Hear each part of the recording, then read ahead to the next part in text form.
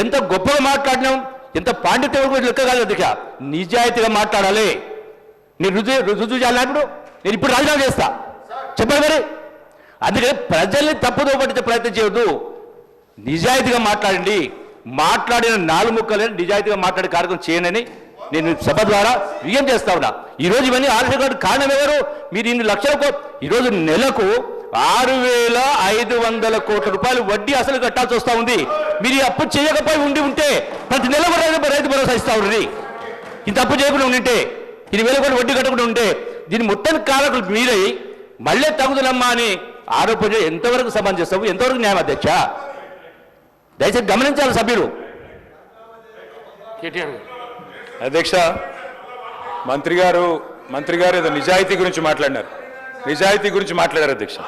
నిజాయితీ గురించి మాట్లాడితే అధ్యక్ష, ఇదే మంత్రి గారు గతంలో కేసీఆర్ గారు ఎంత గొప్పగా పరిపాలించారో చెప్పిన మాటలన్నీ ప్లే చేయమంటే చేస్తా. ఒకటి. రెండో అధ్యక్ష, హరీష్ రావు గారు ఇంత స్పష్టంగా శాసనసభలో నిన్నగాక మొన్ననే కదా అధ్యక్ష మొత్తం ఆర్బీఐ లెక్కలు వివరిస్తూ సావధానంగా ఏం చెప్పారు అధ్యక్ష? సంవత్సరానికి మా ప్రభుత్వం, కేసీఆర్ గారు ప్రభుత్వం చేసిన అప్పు 40,000 కోట్లయితే మీ ప్రభుత్వం సంవత్సరంలోనే చేసిన అప్పు 1,27,000 కోట్లు. ఇది ఆర్బీఐ లెక్క. రేవంత్ రెడ్డి లెక్కనో జూపల్లి కృష్ణారావు లెక్కనో చెల్లది, ఆర్బీఐ లెక్కనే చెల్తది అధ్యక్ష. వాళ్ళు ఒకటే అబద్ధాన్ని 100 సార్లు చెప్పి నిజం చేద్దాం అనుకుంటే ప్రజలు నమ్మరు అధ్యక్ష. ఇంకొక మాట చెప్తా ఉన్నా అధ్యక్ష, మంత్రి గారు చెప్తున్నారు, ఏదేదో చెప్తా ఉన్నారు, రాజీనామా చేస్తా, ఇది చేస్తా, అది చేస్తా. అధ్యక్ష, ఇదిగో మహబూబ్ నగర్ లెక్క ఇది అధ్యక్ష. మహబూబ్ నగర్ లో ఆనాడు పెండింగ్ ప్రాజెక్టులుగా వదిలిపెట్టిపోయిన కేఎల్ఐ, భీమా, నెట్టెంపాడు 4,000 కోట్ల రూపాయలు ఖర్చు పెట్టి 6.5 లక్షల ఎకరాలకు నీళ్లు ఇచ్చిన మాట వాస్తవమా కాదా? మంత్రి గారు గుండెమి చేసుకొని చెప్పాలా అధ్యక్ష. పాలమూరులో ఈరోజు వ్యవసాయ విస్తీర్ణం పెరిగిన మాట వాస్తవం కాదా అధ్యక్ష? ఇంకా వారు ఏదేదో మాట్లాడుతున్నారు. 8 లక్షల కోట్ల పని ఒక ఆయన, 7 అని ఒక ఆయన, 10 అని ఒక ఆయన. నోటికి ఎంత వస్తే అంతేనా మంత్రులు? మంత్రులు అంటే చదువుకొని రావాలి. ఎటువడితో వచ్చి మాట్లాడతాం ఇష్టం ఉన్నట్టు ఎట్లా సార్ అధ్యక్ష? ఏం సార్ ఇది? నేను గౌరవ సభ్యులు ఛాలెంజ్ చేస్తా ఉన్నారు.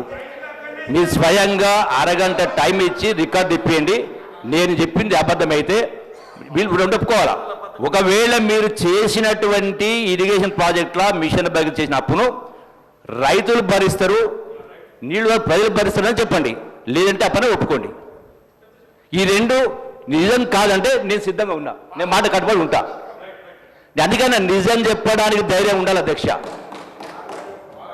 అబద్ధ ప్రజల్ని సభ ద్వారా తప్పుదో పట్టించే ప్రయత్నం చేయొద్దు. 9.5 కోట్లు ఎట్లా సార్? ఇన్నిసార్లు డిస్టర్బ్ చేసి కంక్లూడ్ అంటే మధ్యలో లేవనెత్తిన ప్రశ్న క్లారిఫికేషన్ ఇద్దా సార్? వారికి చెప్పండి సార్, మధ్యలో డిస్టర్బ్ చేయొద్దని చెప్పండి. మంత్రులు ఒకరి తర్వాత ఒకరు లేస్తే ఏం చేస్తాం అధ్యక్ష? వారికి నేను స్పష్టంగా చెప్తున్నా, వారు అడిగిన ప్రశ్నకే సమాధానం చెప్తున్నా సార్. ఆర్డర్లో పెట్టండి సార్. ఇది ఏం పద్ధతి సార్ ఇది అధ్యక్ష? వారు అన్నారు అధ్యక్ష, రైతులకు మీరు ఉచితంగా ఇచ్చినన్నారు. ఎస్, 9.5 ఏళ్ళు రైతులకు ఉచితంగానే నీళ్లు ఇచ్చినాం. భూమి శిస్తు రద్దు చేసినాం, నీటి తీరువా రద్దు చేసినాం. ఎస్, రైతులకు ఉచితంగా నీళ్ళు ఇచ్చేందుకు కోట్ల రూపాయలతో ప్రాజెక్టులు కట్టినాం, 1000 కోట్లతో. భవిష్యత్తులో మా ప్రభుత్వం మళ్ళీ వచ్చిన తర్వాత కూడా అదే పాలసీ కంటిన్యూ చేస్తాం. తాగునీరు ఉచితంగానే ఇచ్చినాం, బరాబర్ రేపు మళ్ళీ వచ్చిన తర్వాత కూడా అట్లే ఇస్తాం, అందులో అనుమానం అక్కర్లేదు. మీరు నిజాయితీగా చెప్తున్నాం. ఎస్, మేమెన్నడూ కూడా రైతుల మీద కానీ, రైతుల మీద మాత్రమే కాకుండా తాగునీరు ఇచ్చిన కుటుంబాల మీద కానీ ఎన్నడూ అదనపు భారం వేయలేదు, భవిష్యత్తులో కూడా వేయబోము.